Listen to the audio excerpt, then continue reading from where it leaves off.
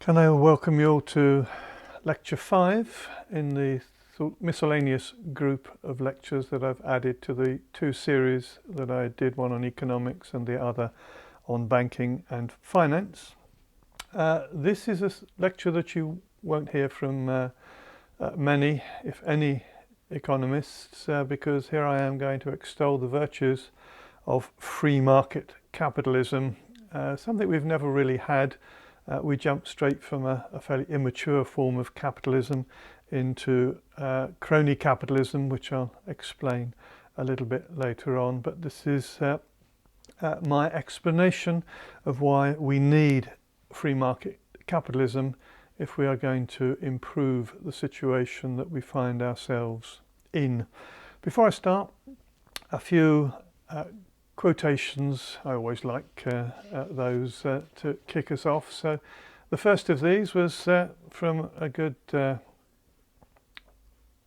American president, Franklin D. Roosevelt, and he supported the theme I've just suggested, a program whose basic thesis is not that the system of free enterprise for profit has failed in this generation, but rather it has not yet been tried, which is the point that I'm going to make. We haven't really tried free market capitalism, so we can't blame it for all our problems until we try it. The second quotation from Hugh Thomas, who wrote An Unfinished History of the World, where he went through one civilization after another, and he concluded by saying, "I have attributed to the intervention of the state the decay of civilizations and the collapse of societies." And it is state intervention that I will be trying to roll back and explain why. A good left-wing economist was Joan Robinson, Cambridge economist of many years ago, wife of Austin Robinson, but she made a point, as we see nowadays in Southeast Asia or the Caribbean, the misery of being exploited by the capitalists is nothing compared to the misery of not being exploited at all. Well said, Joan. I always like to use Keynes' quotes really to try and separate him from the Keynesians, and as you know, the Keynesian economists are very keen on unbalanced budgets, budget deficits. Well, they talk about budget surpluses but don't really want them, so they really want larger and smaller budget deficits. And Keynes, before he became a Keynesian, was, as I explain on my blog, a monetarist economist, and he said one of the things that the Keynesians would rather not remember. Keynes said, "We have the experience of many countries to demonstrate that unbalanced budgets are the initial cause of collapse." Well said, John Maynard. Harry Fearns, economist at the University of Birmingham, he made a point. It was about Henry VIII, but it's as relevant today as it was in Henry VIII's time. He said, "There soon appeared in the universities learned men inventing the most involved reasons to justify the crimes of government." And if we look around our universities, we'll certainly see plenty of people who justify government actions and indeed want them to act even more. And good old Harry, making the point about Henry VIII, could still be making that point about every government right up to today. We go back to one of my favourites, if you like, when you're talking about capitalism. You've got to mention Adam Smith. And the point Adam Smith made was that every individual acting solely in pursuit of private gain, self-interest, is led by an invisible hand to promote an end which was no part of his intention. That's what capitalism is. People trying to make a living where there's freedom of contract, they can only make a living if they do things that other people want. So in benefiting themselves, they inadvertently benefit everyone else. And the invisible hand that Adam Smith refers to are the market forces that allocate resources efficiently under capitalism. So still as relevant now as it was when he said it 300 or more years ago. And a last quote before we get on to the more, or last two quotes, sorry, from Keynes before we get on to the important business. Keynes said, capitalism wisely managed can probably be made more efficient for allowing economic ends than any alternative system yet in sight. In other words, he was suggesting that if we can remove crony capitalism, then we can make capitalism the best system available, and he couldn't see a better system for allocating resources. And one final thing he said, which is important, particularly when you think of governments being the only cause of inflation through their central bank's monetary policy. He said, by this method, and he was referring to inflation, and he was referring to government, not only confiscate, but they confiscate arbitrarily, and while the process impoverishes many, it enriches some. That's why inflation continues, because there are people who benefit from inflation, and it's the few rather than many who benefit. Another good point from John Maynard Keynes, and something we need to remind the Keynesians that he said.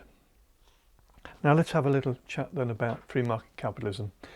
Recently I was asked if I had a brilliant idea for the economy in the 21st century, and I replied that I'd written about many of them on my blog. I was then asked if I could put it all together in one clear and concise piece. I can, but most economists will not like it, as the brilliant idea reduces them to academic observers rather than interventionists.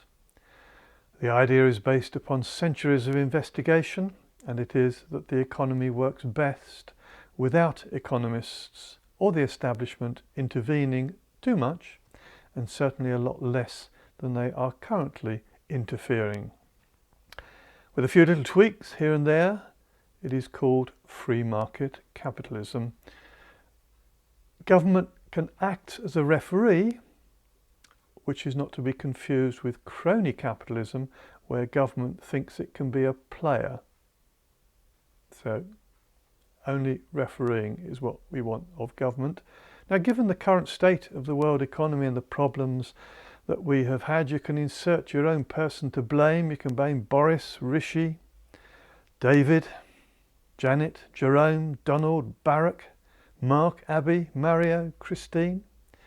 Or you may like to go back further and accuse Gordon, Alistair, Tim, Hank, Ben, Bill, or even Alan. Or you could just blame events. You could blame the global financial crisis or the COVID pandemic, which I would like to think of as being described in a few years' time as the global economic crisis. However, behind all these powerful decision makers and events, there was and there is an academic or academic body who we can describe as an interventionist, and it's usually an economist. For simplicity and in respect of the economy, we can divide economists into more interventionist and less interventionist. I'm not going to argue that economists should not advise non-intervention, but certainly they should advise less intervention. The less interventionists believe capitalism is strong and just needs rules to see fair play and free competition. The profit motive, free enterprise, private property rights and markets will then cause the economy to grow at an acceptable rate and generate the income and wealth that will make us all better off. In contrast, the interventionists believe that capitalism is weak and broken, prone to boom and bust cycles, and the cause of unacceptable differences in wealth and income. You may hear the less interventionists referred to as Austrian economists or free market monetarists, capitalist economists or right-wing economists. The more interventionists may be grouped together as Keynesian economists, modern monetary theorists, Minskyites or left-wing socialist economists. It is important to note that there are relatively few less interventionist economists around, as it would be difficult to build a career, and no politician or decision maker ever listens to a less interventionist economists, as they don't want to be told to minimize intervention, leave the economy alone to its own devices and mechanisms for allocating resources. From this observation point, it is reasonable to deduce that today's economic problems must be the result, or at least be moving alongside, the advice that has been given by interventionist economists. And if you look back over time, you can see exactly this, that one theory, shall we say, Keynesian theories are used and used and used again and disproved and are seen not to work. So along will come another group of economists who say, no, don't intervene that way, intervene this way. It's always intervention. We never find ourselves in a situation where someone stands up and said, don't intervene, that's how things will improve. Now on my blog I have catalogued the mistakes of interventionists. A lot of articles, one with decades of mistakes made by the Bank of England through what really happened in the 1970s, to are demand management policies a solution, or are they just a mass delusion? This means that here I should just give a few brief reminders of what has caused today's economic problems, and if you want more detail, please by all means go to my blog and read about these things. Creating a single currency in the Eurozone, in theory, great idea. In practice, a disaster, and it does seem to be a disaster that we can't get away from, but we wait and see. The Federal Reserve and the US regulatory system played a big role in the collapse of Lehman Brothers and the global financial crisis. Trying to get out of that, in 2009, the G20 countries had a meeting in London which reintroduced Keynesian economics to us and instigated fiscal deficits and growing national debts around the world.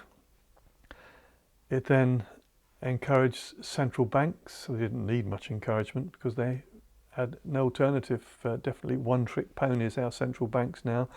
But it was ZIRP, a sort of zero interest rate policy, and now they've nothing to say other than NIRP.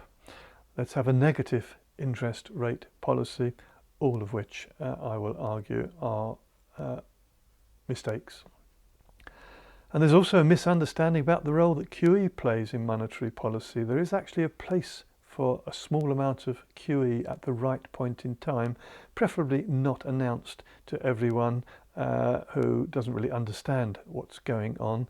And again, another article on my blog explains how we should understand rather than misunderstand quantitative easing. A couple of more points just about two of those things I've said, which have been very significant in bringing us down over this last decade, and they are the large fiscal deficits and the zero interest rate policies, which do not do what the flawed macroeconomic models say they should do. You know, why do we go for lower rates of interest? Because we want to grow economies. These do not cause economies to grow. In fact, they do the very opposite and distort resource allocation, making it more inefficient. And they create bubbles in asset prices that eventually burst. And are soon to be seen as the cause of our current problems as our post-pandemic policies play out in the economy.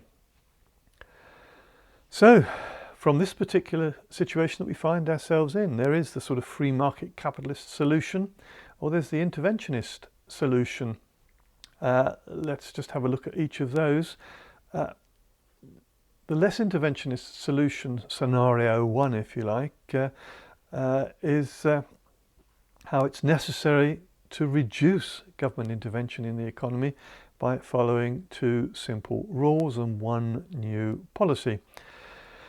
Firstly, I'd like just central banks to get out of interest rate manipulation entirely and let the market determine interest rates, but I don't think that will ever happen. So let's just set a rule that central banks can't reduce bank rate or the official rate, Fed funds rate or whatever it is, below 4%. That'll do for me. Or we could have a rule that says that bank rate or Fed funds rate has always got to be at least 2% above the current rate of inflation. Now, in raising rates to this level, it will be preferable for all central banks to act in concert. If you don't do that, if one country tries to do it, America probably strong enough to do it on its own, but if just one country does it, then there's going to be great volatility in forex markets. But if the big central banks got together and said, okay, quarter point moves every 2 months for a couple of years, then we might find ourselves moving back into a sensible situation where free market capitalism would work. The other aspect of policy which would allow free market capitalism to work is to set a balanced budget rule.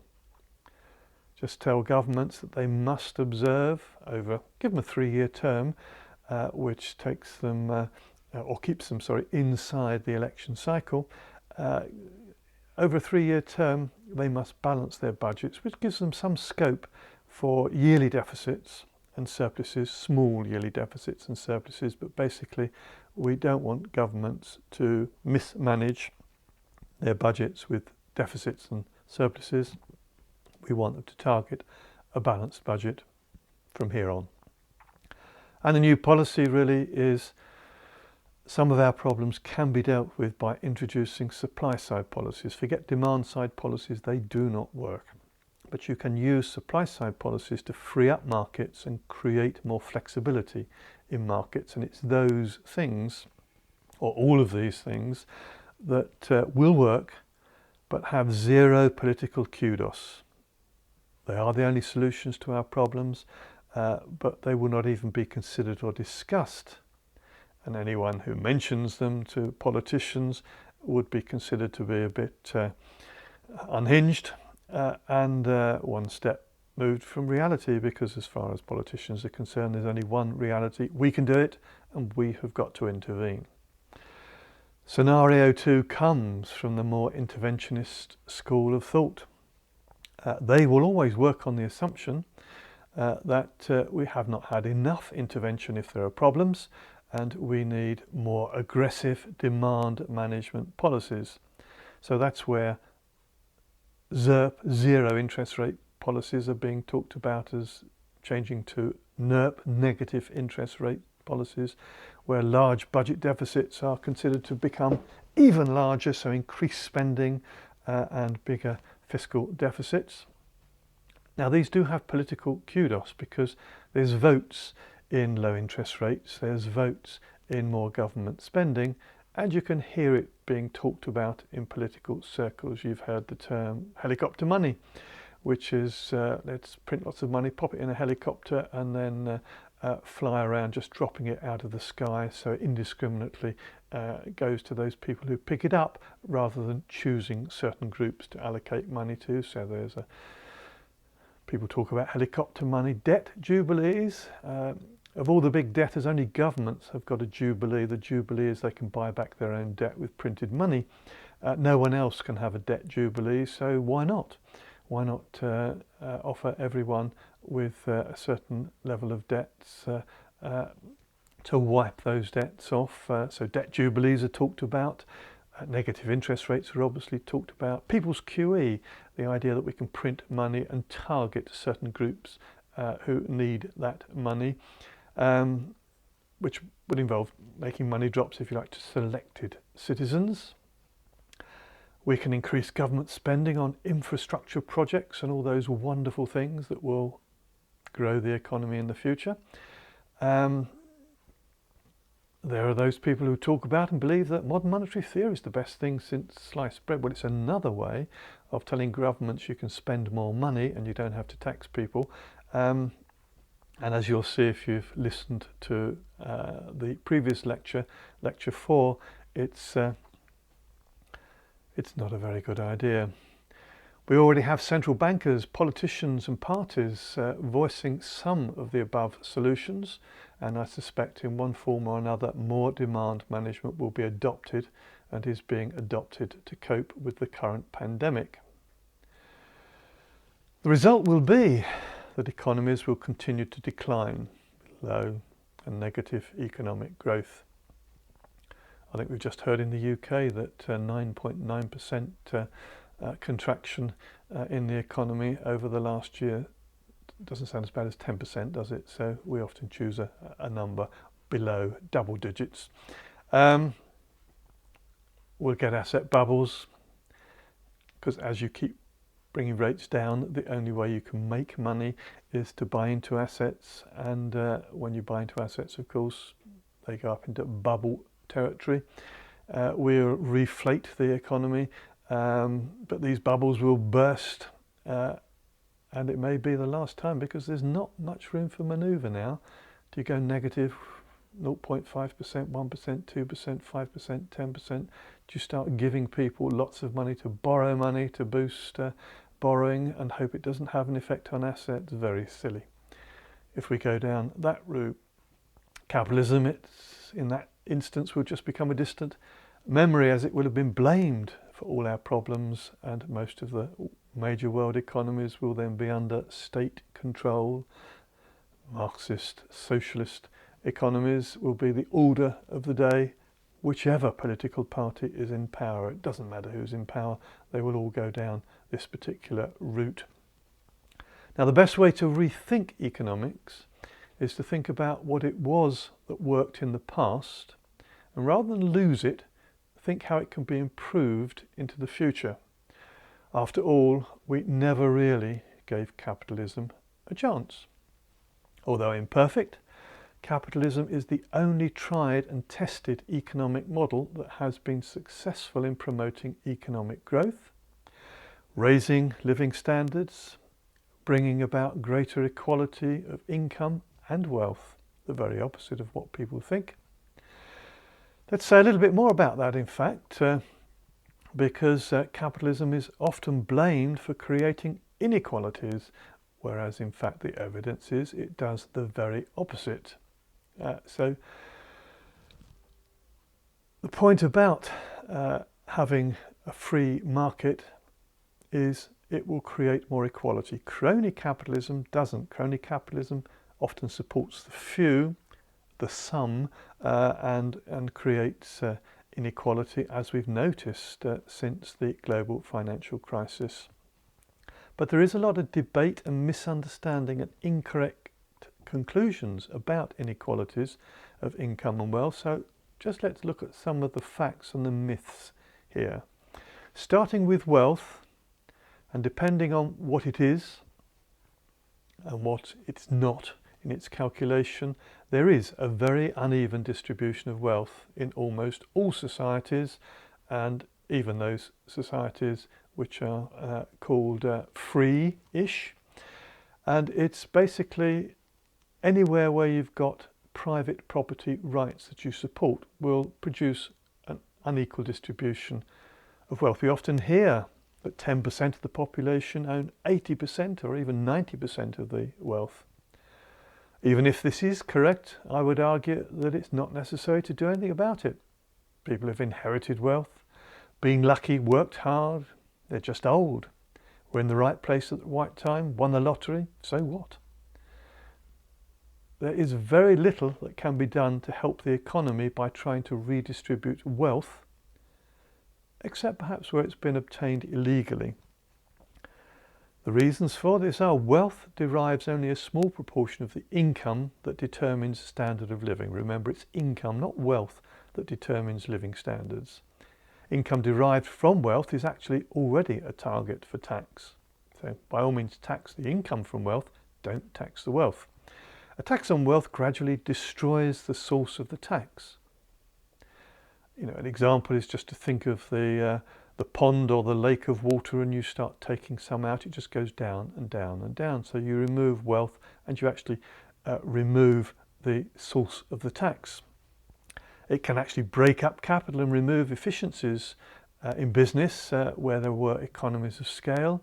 It can impact negatively on growth and job creation, and it can actually take away the incentive to invent and innovate. Those people who want to become wealthy are often the people who do the very things that benefit society through Adam Smith's invisible hand. Now, for many, many years, the mantra that 10% own 90% of the wealth has been used to argue for a redistribution of income. This, of course, is a non sequitur, as the argument for redistributing income should be derived from the unequal distribution of income, not the uneven distribution of wealth. In fact, income statistics are much less supportive of redistributive policies, which is probably why those who support redistributive policies make this link between an unequal and unfair distribution of wealth, and then argue that we need to redistribute income. Again, depending upon what is and what's not in the calculation, the top 10% in most democracies usually receive only somewhere between 20 and 30% of income. Although there is a considerable difference in the data when comparing gross incomes with net incomes after tax and benefits, you probably will see this number fall even more. Arguably, and very important for our future income and wealth, is that inequality is the engine of growth, as it provides incentive and fulfills the aspirations of young people by giving them a direction to build their careers. In addition to this, it brings about a more efficient allocation of resources to labour markets, and it brings about a distribution of income that's forever changing, reflecting changing patterns of consumption, but is generally over time becoming more equal. Now let me just illustrate this. There's a very interesting set of statistics that I came across in the late 1970s, and I have to put my hand up here and say I can no longer verify the source. So perhaps someone listening to this may be able to confirm that I didn't dream up these figures. But they illustrated the importance of free market capitalism over the last century in creating equality of income. And it's also uncovers, if you like, one huge government deception, which I'll tell you about in just a moment. The statistics actually compared the ability to consume goods and services, as that's a better, it's still imprecise, but it's a better measure of living standards, the goods and services you can consume.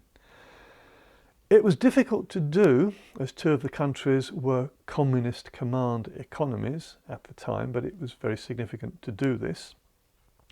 Even though it's difficult to get information out of them, the statistics compare the top 10% of people in each country with the bottom 10% in each country. The four countries used were China and the USSR, which were command communist economies, and the UK and the USA. And they came up with these ratios.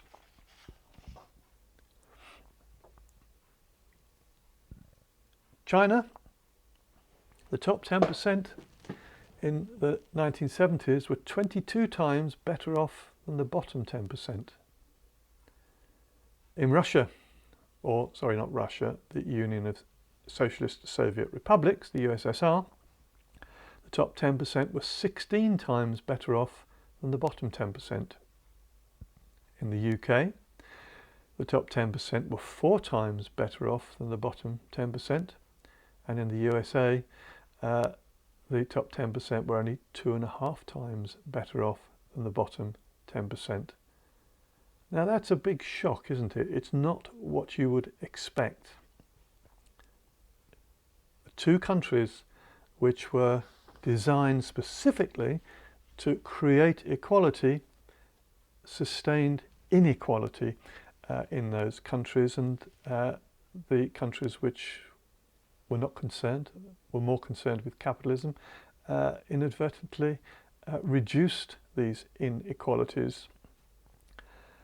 So what's fascinating about this is that with the USSR 1917, China 1949, there were revolutions which were designed to create equality. And in the USA and the UK, they just remained capitalist. And we all know market capitalism is not noted for its aim to create equality. But it did. The Chinese and Soviet revolutions had created an equality of wealth overnight by removing private property rights. That's the big deception, if you like. You can say from one day to the next, now our country is equal. We all own a share in everything because we've removed private property rights. So we have now created equality at a stroke. But of course, the equality of income, or the ability to consume goods and services, always remained very unequal and indeed never changed. So the Chinese and Soviet revolutions created this equality of wealth, but entrenched an inequality of living standards on their population with no incentive to change as the decision-making political elite were in the top 10%. This is a huge deception, which I referred to above. In contrast, the freedom of contract, respect for private property rights, the profit motive, free enterprise in the capitalist system were the very things that were turning an unequal society into a much more egalitarian society. Collecting a few of these thoughts together, the best way to create a more equal society is not to try and create a more equal society. Just leave it alone and it'll automatically happen. Free market capitalism is the best engine for economic growth and the only proven way that we have ever created more equality. There is a limited role for government.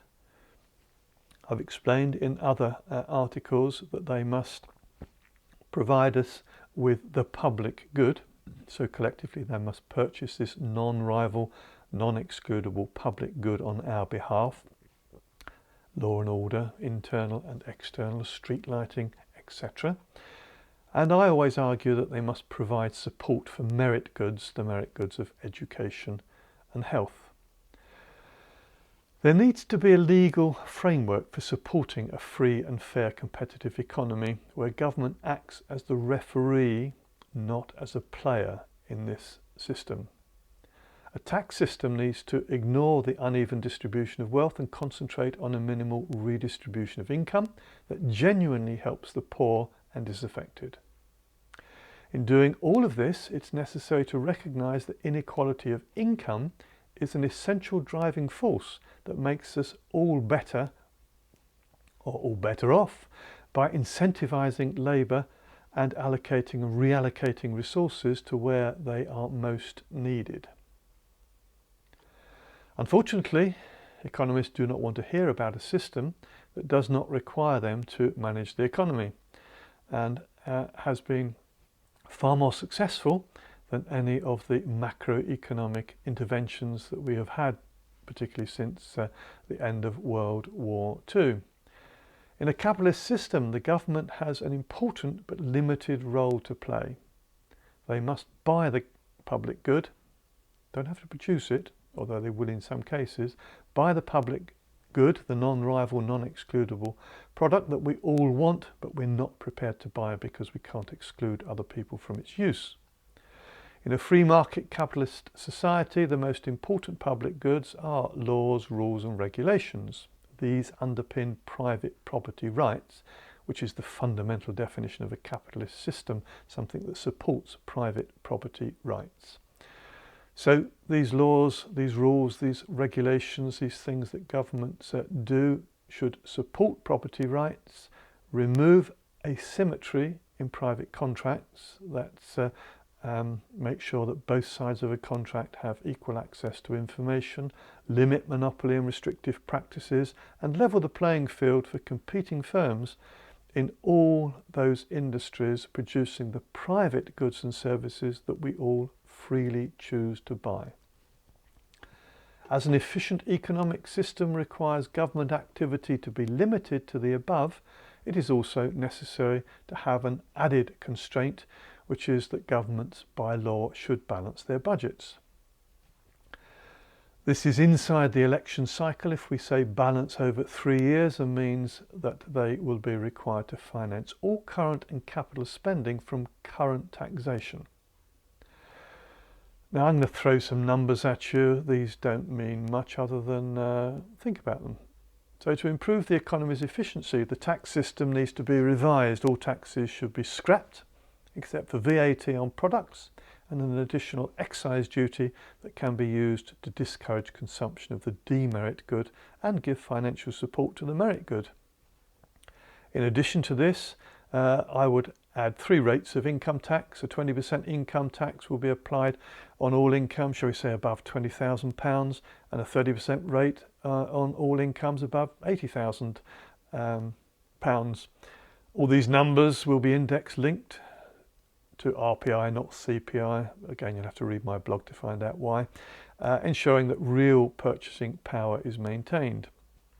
Now the third one is I would have this reverse income tax explained to you in lecture 3, where everyone over the age of 18 would receive a yearly income of £9,000 when they have no income. And this will obviously be reduced as they get closer and closer to the point at which they would start paying tax, namely they've earned more than £20,000. And this will replace almost all welfare benefits, help finance continuing education support, the welfare service, and give the unemployed an incentive to work even part-time, as reverse income tax eliminates both poverty and the poverty trap. A massively slimmed down welfare system will support education and health, and those people who are registered as physically and mentally unable to support themselves on a minimum guaranteed income of £9,000. As we have removed fiscal policy from macroeconomic management of the economy, the only macroeconomic requirement will be for the Bank of England to maintain the 2% inflation rate without manipulating interest rates. And this will require quantity of money management by the central bank. To deal with the international public good, environmental damage, property rights that cross international boundaries, it will be necessary to have international law and an international court whose rulings are enforceable across all international boundaries. Their brief will be to stop environmental degradation and deal with private property rights within a country and between individual countries where the ownership rights cross borders and waterways. The advantages of the system so far proposed is that government will be limited to managing the provision of the public good, a limited welfare commitment, as well as major support for education and health. One of the public goods will require government to oversee the efficient use of resources, 2 merit goods. I propose, and I'm a great fan, I've been all the way through the educational system. I propose state education will be free from the age of 4 to 18 and run alongside and compete with private education. I have no problems at all with private education. My experience tells me that we need to scrap grammar schools. I went to one. Scrap grammar schools and have a comprehensive educational system with 11 to 16 schools feeding into a 6th form college. And the whole 4 to 18 system needs to be under local authority control. That's the one that will work, I assure you. A specific number of health services will be available free to all and be run alongside a private health service. No problems at all with private health. The National Health Service will be able to act as a monopsonistic buyer of pharmaceutical products. That gives it a lot of power against these large pharmaceutical companies who are in a strong position when they particularly have a patent over a particular type of medicine. So I like the monopsonistic buyer role for the National Health Service. The provision of education and health will no longer be monitored, and as such release significant resources to frontline services. Now, what I mean by this is we will not look at process, we'll just look at outcome. This will mean that we can afford more teachers, more nurses and doctors at no additional cost. And only problematic outcomes will be investigated. Perhaps showing my bias here, I apologise for this, but I do have a special request for our education system, and that is that economics is made compulsory in years 10 and 11. It's a fun subject and it promotes a clearer understanding of the world's economic goods and bads, and there will be many unemployed economists who used to be advising governments in the interventionist days who will need jobs, and they'll all be available to teach now, won't they? I've not thought this through thoroughly, but I throw it in anyway. Government will now be focused with less responsibility for macroeconomic management of the economy. So I see no need for political parties. In each of the 650 constituencies, only independent candidates can stand, and of the 650 elected members of Parliament, they'll elect their Prime Minister and the government. For those of you who are worried that the economy may not grow, I remind you that well-managed, almost free markets will allocate resources more efficiently than any other system known to us. Private property rights will lead to investment in profitable activities. Failure in capitalism is a brief drain on resources, but is also necessary to sift through what people really want, and the successes will far outweigh the failures in economic terms.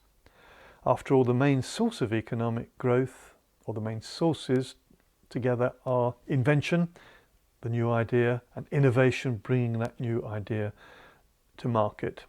And these only ever come from the private sector of the economy.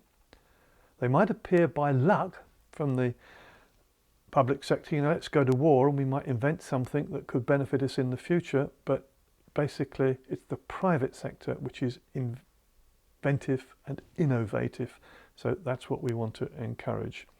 And one further caveat to limit government is that under no circumstances must any government ever intervene over pricing in product and productive factor markets when it's imposing its regulations. So I don't want minimum wages and equal pay acts and things like that. All those things, sort them out if you don't try and interfere. So in conclusion, we have a financially small government, clearly focused on buying the public good and supporting the merit good and discouraging the demerit good. The central bank is supporting regulations and aiming to reach the only target it can achieve, which is 2% inflation. Relatively stable prices and a responsible treasury that balances the government's budget will be coupled with private enterprise to ensure the economy grows at a fast and sustainable rate.